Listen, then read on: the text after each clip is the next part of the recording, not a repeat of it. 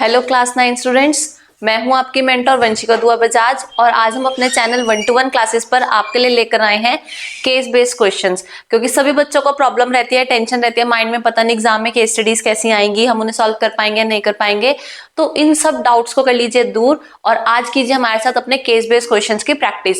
तो देख लीजिए आपके एग्जाम में कैसी केस बेस्ड क्वेश्चंस आने वाले हैं, उनको अच्छे से प्रैक्टिस कर लीजिए। हमने यहाँ पे डिफरेंट चैप्टर्स की केस स्टडीज आपके लिए कलेक्ट करी हैं। तो चलिए टाइम ना वेस्ट करते हुए आज हम डिस्कस कर लेते हैं केस स्टडीज। जो कि हमारी फर्स्ट केस स्टडी रहेगी वो रहेगी चैप्टर नंबर 1 नंबर सिस्टम में से। क्या है क्वेश्चन पढ़ लेते हैं। Real numbers are numbers which include both rational and irrational numbers. Rational numbers which can be expressed in the form of P upon Q। तो जो हमारे पास रेशनल नंबर होते हैं हम उनको P अपॉन Q की फॉर्म में एक्सप्रेस कर सकते हैं। And P and Q are integer, Q is not equals to 0। Q की वैल्यू 0 के इक्वल नहीं होनी चाहिए। तो रेशनल नंबर की उन्होंने डेफिनेशन लिखी है यहाँ पे। इरेशनल नंबर्स कौन से रहते हैं? That can not be express as the ratio of two integer, जिनको हम P अपॉन Q की फॉर्म में नहीं लिख सकते। तो क्वेश्चन क्या पूछा है? एवरी रेशनल नंबर, तो जो भी रेशनल नंबर होंगे मींस जिनको हम P अपॉन Q की फॉर्म में लिख सकते हैं, तो वो होल नंबर्स होंगे? नहीं, वो होल नंबर्स तो नहीं होंगे, क्योंकि होल नंबर्स तो जितने भी होते हैं वो 0, 1, 2, 3 एंड सो ऑन होते हैं। Natural number 1, 2, 3, 4 and so on, natural number 1 से स्टार्ट रहते हैं। इंटीजर्स पॉजिटिव नेगेटिव सभी इंटीजर्स रहते हैं। तो क्या वो सभी रियल नंबर्स होंगे? जितने भी रेशनल नंबर्स होंगे, यस वो सभी क्या होंगे? रियल नंबर्स भी होंगे। तो फर्स्ट क्वेश्चन का हमारा आंसर हो जाएगा part number D. Second question में पूछा है the product of two irrational numbers. अब टू इरेशनल नंबर, इसमें फॉर एग्जांपल अगर मैं √2 और √3 की मल्टीप्लाई करती हूँ, दोनों इरेशनल नंबर्स हैं, तो हमारे पास क्या आएगा आंसर? √6। तो ये भी इरेशनल नंबर था, ये भी इरेशनल नंबर था, और मल्टीप्लाई करके भी क्या है हमारे पास? Irrational number. अब अगर मैं √2 की मल्टीप्लाई √2 से ही कर दूं तो हमारे पास रिजल्ट क्या आ जाएगा? 2। दो इरेशनल नंबर की हमने मल्टीप्लाई करी तो हमारे पास आंसर क्या आया? Rational number. तो आंसर जो हो सकता है वो इरेशनल भी हो सकता है और रेशनल भी हो सकता है। तो हम श्योरिटी के साथ तो नहीं कह सकते कि वो ऑलवेज रेशनल होगा या ऑलवेज इरेशनल होगा। तो इसका आंसर होगा sometimes rational and sometimes irrational. इसका भी करेक्ट आंसर हो जाएगा ऑप्शन नंबर डी। इसमें हमने आपको एग्जांपल के थ्रू क्लियर करवा दिया कि वो आंसर रेशनल भी हो सकता है और इरेशनल भी हो सकता है। Next case study number question number 3 between two rational numbers. कि अगर हमारे पास टू रेशनल नंबर्स हैं तो उनके बीच में इनफाइनाइटली मेनी इरेशनल नंबर्स जो हैं वो एग्जिस्ट करते हैं, या फिर नो रेशनल नंबर, ऐसा तो पॉसिबल ही नहीं है। वन रेशनल नंबर, वन भी नहीं होता, बहुत सारे होते हैं, और नो इरेशनल नंबर, ऐसा भी पॉसिबल नहीं है, क्योंकि उनके बीच में इनफाइनाइट रेशनल नंबर्स और इनफाइनाइट ही इरेशनल नंबर्स एग्जिस्ट करते हैं। तो ऑप्शन नंबर सी इसका करेक्ट आंसर हो जाएगा। फोर्थ क्वेश्चन में हमारे को पूछा गया है sum of a rational and irrational. हमारे पास एक रेशनल नंबर है और एक इरेशनल नंबर है, और अगर हम इन दोनों को ऐड करेंगे तो हमारा जो प्रोडक्ट आएगा वो सम आएगा वो हमेशा क्या आएगा? इरेशनल नंबर आएगा। तो क्वेश्चन नंबर 4 में हमारा करेक्ट आंसर हो जाएगा B part, the sum is always irrational. Next इसका फिफ्थ पार्ट है केस स्टडी का। Which of the following is an irrational number. इनमें से इरेशनल नंबर कौन सा है? तो इरेशनल नंबर देखो, ये तो टर्मिनेट हो रहा है, तो टर्मिनेटिंग नंबर तो इरेशनल हो ही नहीं सकते। यहाँ पे ये रिपीटिंग नंबर है, बट रिपीटिंग के साथ कैसा नंबर है? ये रिपीटिंग। तो रिपीटिंग, नॉन टर्मिनेटिंग में जो रिपीटिंग वाले होते हैं ये भी क्या रहते हैं? Rational number. तो ये भी हमारा करेक्ट आंसर नहीं है।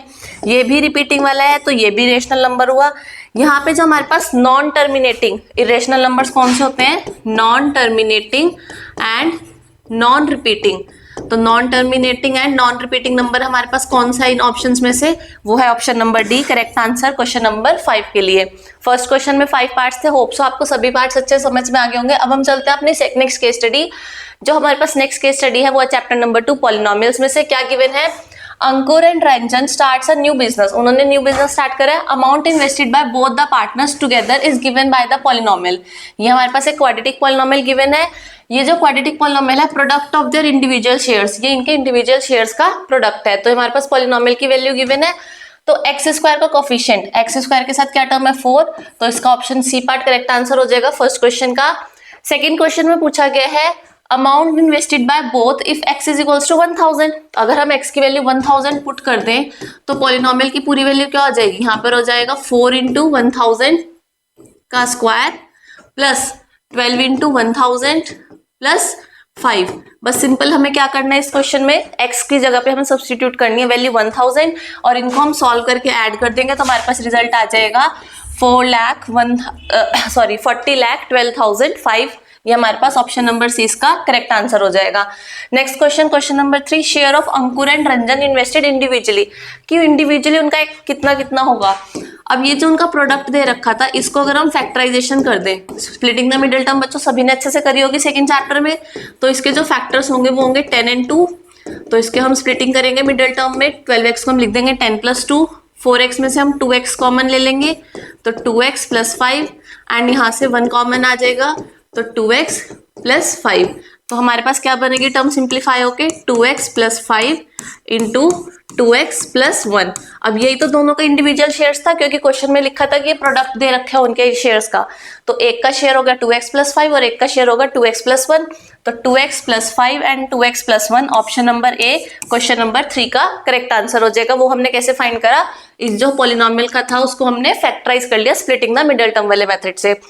नेक्स्ट क्वेश्चन क्या है इसमें, फोर्थ क्वेश्चन है, name the polynomial of amounts invested by each partner. अब जो ईच पार्टनर ने इन्वेस्ट करा, ये पॉलिनोमियल किसको डिफाइन कर रहा है, एक पार्टनर का, ये दूसरे पार्टनर का। तो ये जो पॉलिनोमियल है ये किस फॉर्मेट में है, देखो जो उनका प्रोडक्ट था वो तो क्वाड्रेटिक पॉलिनोमियल था, बट जो उनका ईच पार्टनर का आया, ईच पार्टनर का जो आया वो क्या है, ये हमारे पास दोनों ही लीनियर फॉर्म में है। तो इसका करेक्ट आंसर हो जाएगा linear polynomial, option number C correct answer last question का। पॉलिनोमियल की केस स्टडी बहुत अच्छे से समझ लेना, बहुत इंपॉर्टेंट चैप्टर है केस स्टडी के लिए। अब चलते हैं अपनी नेक्स्ट केस स्टडी, जो कि हमारे पास रहेगी चैप्टर क्वाड्रिलेटरल्स में से। क्या गिवन है क्वाड्रिलेटरल चैप्टर की केस स्टडी में, आइए चलते हैं।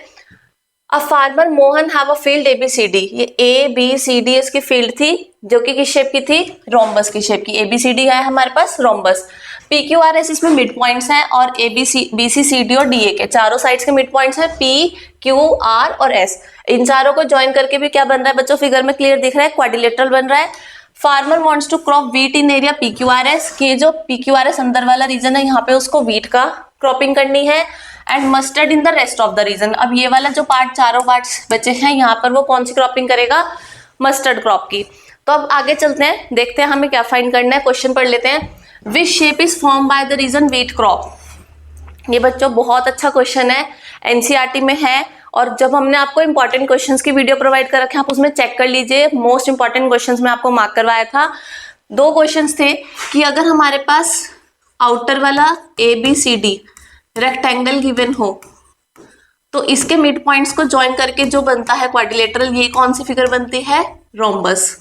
और अगर इसको अपोजिट कर दे कि अगर ABCD रोम्बस है, बाहर वाली फिगर अगर रोम्बस है, तो अंदर वाली फिगर जो बनेगी वो कौन सी बनेगी, PQRS को अंदर ज्वाइन करेंगे तो अंदर वाली फिगर क्या बनेगी, रेक्टेंगल। तो अब इसमें हमें बाहर वाली फिगर रोम्बस गिवन है, तो जो PQRS क्वाड्रिलेटरल बनेगा, जिसमें हमें व्हीट क्रॉप करनी है, यहाँ पे व्हीट क्रॉप करनी है ना, तो ये अंदर क्या बनेगा, रेक्टेंगल। तो हमारे पास फर्स्ट क्वेश्चन का आंसर क्या हो जाएगा, रेक्टेंगल। अगर आप इसको सिंप्लीफाई करना चाहते हो तो आप NCERT का क्वेश्चन देख लीजिए, बहुत अच्छा क्वेश्चन है NCERT में, क्वेश्चन नंबर 3 और 4 एक्सरसाइज 8.1 में। सेकंड क्वेश्चन की बात करते हैं, डायगोनल AC हमें फाइंड करना है, रोम्बस की साइड्स गिवन है 12 और डायगोनल गिवन है 20। तो बच्चा बहुत इसमें सिंपल सा हम क्राइटेरिया लगाएंगे, ABCD, ये हमारे पास 12 है, ये भी 12, ये भी 12, क्योंकि रोम्बस की सारी साइड्स क्या होती है, इक्वल। डायगोनल BD कितना गिवन हमारे को, 20। AC अगर हम ड्रॉ करेंगे, diagonals of rhombus bisect each other at right angle, right angle पे बाइसेक्ट करते हैं। ये पूरा डायगोनल 20 है, तो ये वाला पार्ट हो जाएगा 10, इसको हम ले लेंगे x। तो हम क्या यहाँ पे प्रॉपर्टी अप्लाई करेंगे, इन ट्रायंगल AOB ट्रायंगल में पाइथागोरस अप्लाई करेंगे, तो x² + 10² इज इक्वल्स टू 12², क्योंकि यहाँ पर ये क्या बनेगा, राइट एंगल बनेगा। तो x की वैल्यू कितनी आ जाएगी, x² is equals to 44, so x is equals to 2√11। Simplify तो बच्चों आप इसको कर ही लोगे कैलकुलेशन। तो अब ये AC निकालना है हमें पूरा, तो AC is equals to twice of x means 4√11 metre. तो हमारे पास डायगोनल AC की वैल्यू कितनी आ जाएगी, 4√11 मीटर। इसको हम पाइथागोरस से कैलकुलेट कर सकते हैं, बहुत ही अच्छा क्वेश्चन है। थर्ड पार्ट में पूछा गया है, farmer wants to fence the field with the wire. अब उसको फील्ड की वायरिंग करनी है, फेंसिंग करनी है। What is the length of wire required if the side of rhombus is 12। अब रोम्बस की साइड 12 है, तो पेरीमीटर क्या हो जाएगा, 4 इंटू साइड, तो 48 मीटर की उसको वायर की रिक्वायरमेंट होगी उसकी फेंसिंग करने के लिए। फोर्थ पार्ट में पूछा गया है, all the 3 angles of the field if corner angle A is 70। अब एंगल A 70 दे दिया, यहाँ पर फिगर में देखो बच्चों, एंगल A 70 है, एंगल CB क्या हो जाएगा 70, opposite angles of a rhombus are equal, और A और B कोइंटीरियर एंगल होने की वजह से क्या हो जाएंगे 110 हो जाएगा एंगल भी, क्योंकि दोनों का सम 180 आना चाहिए, और ये भी अपोजिट एंगल से डी कितना आ जाएगा 110। ये बहुत ही सिंपल सा क्वेश्चन था कि ए और सी अपोजिट एंगल है तो 70-70, और बी और डी 110 क्यों आएंगे, क्योंकि वो कोइंटीरियर एंगल्स हैं। तो ए और बी का सम 180 होगा। तो ए और बी का सम 180 कब होगा, ए 70 है तो बी कितना होना पड़ेगा 110 होना पड़ेगा। लास्ट क्वेश्चन इस केस स्टडी का, question number 5। If the side of the rhombus is 20, अगर अब रोम्बस की साइड 12 की बजाय, हाँ 12 था, अगर उसकी साइड 20 हो जाए तो फेंसिंग की लेंथ कितनी हो जाएगी, अगर उसको 2 टाइम्स राउंड लेना है तो राउंड क्या हो जाएगा 4 इंटू साइड तो पेरीमीटर, तो 4 इंटू 20 80 मीटर तो उसका पेरीमीटर हो गया, और 2 राउंड्स लेने में उसको कितनी लेंथ कवर करनी पड़ेगी 160, 80 इंटू 2 160 मीटर, तो कितनी लेंथ ऑफ वायर रिक्वायर्ड हो जाएगी हमारे पास 160 मीटर। नेक्स्ट केस स्टडी की तरफ चलते हैं। नेक्स्ट केस स्टडी हमारी रहेगी फिर सर्कल चैप्टर में से। अब हम सर्कल चैप्टर की केस स्टडी डिस्कस करते हैं। क्या क्या गिवन है, सर्कुलर पार्क है डिफेंस कॉलोनी में दिल्ली में, फेंसिंग पर्पस पोल्स ABCD, तो यहाँ पे ये पोल्स हैं ABCD 4 पोल्स है। Ram tied wires from A to B, B to C, C to D and D to A, ये वायर्स अटैच करी गई हैं। He manage to measure the angle 100, ये वाला एंगल 100 मेजर हो गया, एंगल D 80 मेजर हो गया। पॉइंट O जो है वो सेंटर है पार्क का। अब हमें रिमेनिंग क्वेश्चंस के आंसर करने हैं, तो चलिए डिस्कस कर लेते हैं कैसे कैसे हम इन्हें सॉल्व करेंगे। एंगल ABC, एंगल ABC, ये वाला एंगल पूरा फाइंड करना है।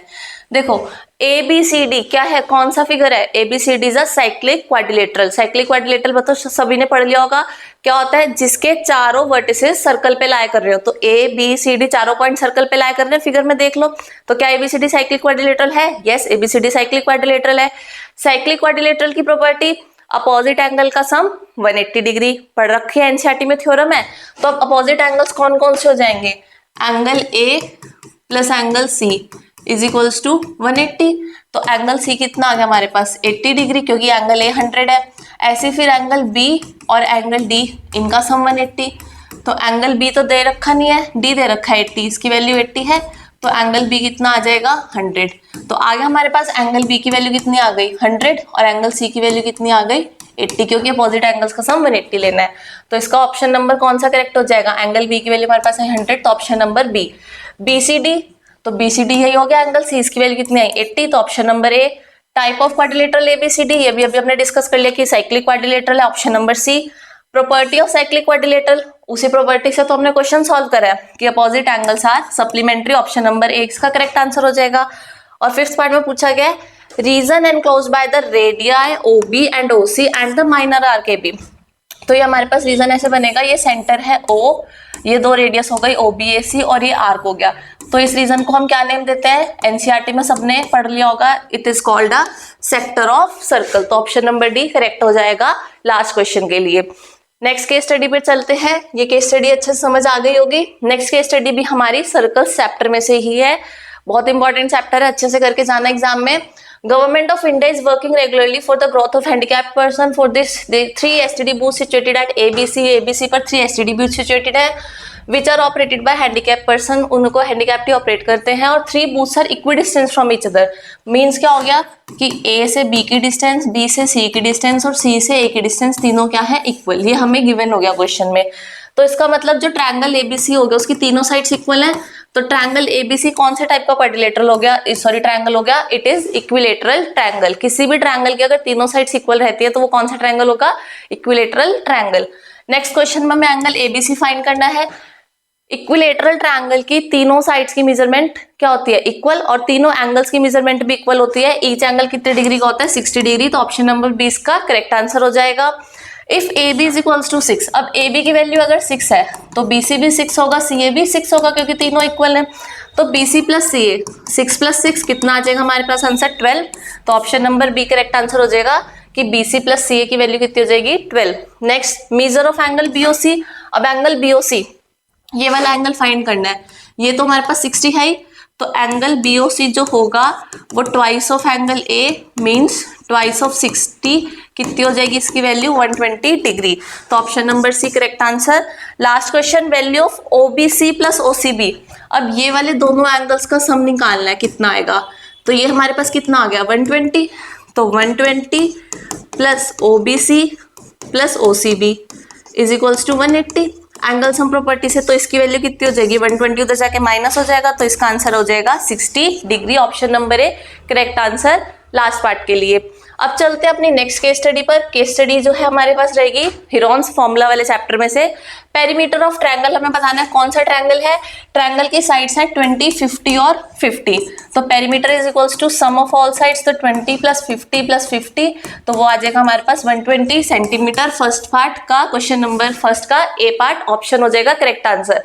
Semi perimeter, semi perimeter is equals to perimeter divide by 2 means 120/2 कितना हो जाएगा 60। एरिया ऑफ ट्रायंगल, तो एरिया के लिए फॉर्मूला लगाओगे s minus a, s minus b और एस माइनस सी। तो यहाँ पे एस की वैल्यू हमारे पास है 60, 60 माइनस ए कितना हो जाएगा 20, तो 60 माइनस 20 40, फिर 50 को माइनस करेंगे, फिर 50 को माइनस करेंगे, तो इसको सिंप्लीफाई करके हमारे पास आंसर आ जाएगा 200√6। जब इसको हम सिंप्लीफाई करेंगे तो हमारे पास आंसर आ जाएगा 200√6 सेंटीमीटर स्क्वायर। लास्ट पार्ट में बताना है एरिया ऑफ 5 ट्रायंगुलर पीसेस। ये हमारे पास 1 ट्रायंगल का एरिया आया, तो 5 का निकालना है, तो 5 × 200√6 और आंसर हो जाएगा हमारे पास 1000√6 centimetre square. Next case study जो चैप्टर में से है वो है हमारे पास सरफेस एरिया एंड वॉल्यूम्स। बहुत अच्छा चैप्टर है।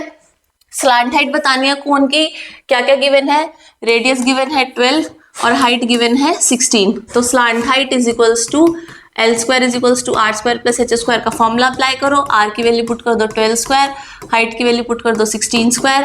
इसको सिंप्लीफाई करके आंसर आएगा 400, तो L is equals to 20 centimetre. Option number second correct answer.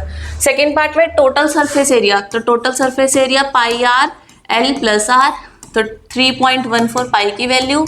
Radius हमारे पास गिवन है 12, 20 प्लस 12 सॉल्व कर लेना, मल्टीप्लाई करके इसका आंसर आ जाएगा 1205.76। Curved surface area, curved surface area of cone pi r L 3.14 into 12 into 20 और इन तीनों की मल्टीप्लाई करके आंसर आ जाएगा 753.6। कैलकुलेशन तो मल्टीप्लाई तो कर ही लोगे, मल्टीप्लिकेशन में तो कुछ भी नहीं है। Curved surface area of a cone who slant height is 10 means l की वैल्यू 10 हो गई एंड बेस रेडियस 7, तो r is equals to 7 centimetre. तो इसमें भी सिंपल क्वेश्चन है, तो कर्व्ड सरफेस एरिया निकालना है, तो 3.14 इंटू 7 इंटू 10 बस मल्टीप्लाई करेंगे तो हमारे पास आंसर आ जाएगा 220 सेंटीमीटर स्क्वायर। बहुत सिंपल सी और बहुत बेसिक सी केस स्टडी थी, बहुत इजीली हो जाएगी। नेक्स्ट क्वेश्चन, लास्ट क्वेश्चन इसमें हमारे पास रहेगा स्टैटिस्टिक्स में से। स्टैटिस्टिक्स की केस स्टडी बहुत ईजी है, सिंपल है। क्या फाइंड करना है, class interval with highest frequency. तो ये हमारे पास डाटा गिवन है, इसमें सबसे हाईएस्ट फ्रीक्वेंसी 18 है, तो उसका क्लास इंटरवल क्या है 145 to 150। What is the width of the class, तो क्लास विद मींस हर एक क्लास का साइज कितना है, कितने कितने का डिफरेंस है सभी क्लासेस में, 5 का डिफरेंस है, तो वो उसी को हम क्या बोलेंगे क्लास विद। तो क्लास विद हमारे पास हो जाएगी 5। How many students of the height 150 centimetre and below are there, 150 and below, तो ये 150 यहाँ तक हो गए, तो इसके ऊपर वाले सब ऐड कर देंगे, तो इसका आंसर कैसे निकलेगा 18 + 7 + 4 और ऐड करके हमारे पास आंसर आ जाएगा 29। How many students of height 150 and above, sorry 145, अब 145 से ऊपर वाले बताने हैं, तो 145 यहाँ हो गया यहाँ तक, उससे ज्यादा वाले 145 एंड अबव, तो यहाँ से हम ऐड करेंगे कौन कौन से 18, 11, 6 एंड 5 और इसको ऐड करके हमारे पास आंसर आ जाएगा 40। तो 40 स्टूडेंट्स ऐसे हैं जिनकी हाइट जो थी वो 145 सेंटीमीटर से ज्यादा है। होप सो आपको सभी केस स्टडीज अच्छे समझ में आ गई होंगी। वीडियो पसंद आए तो वीडियो को लाइक कीजिएगा, चैनल को सब्सक्राइब कीजिएगा, जुड़े रहिए हमारे चैनल 1-to-1 क्लासेस से, क्योंकि इसी चैनल पर आपको मिलने वाला है बहुत इंपॉर्टेंट और बहुत ही अच्छा कंटेंट मैथमेटिक्स एग्जाम के लिए। तो अपनी 9th क्लास की प्रिपरेशन कर लीजिए बहुत अच्छे से। वीडियो को लाइक कीजिएगा and thank you for watching our video.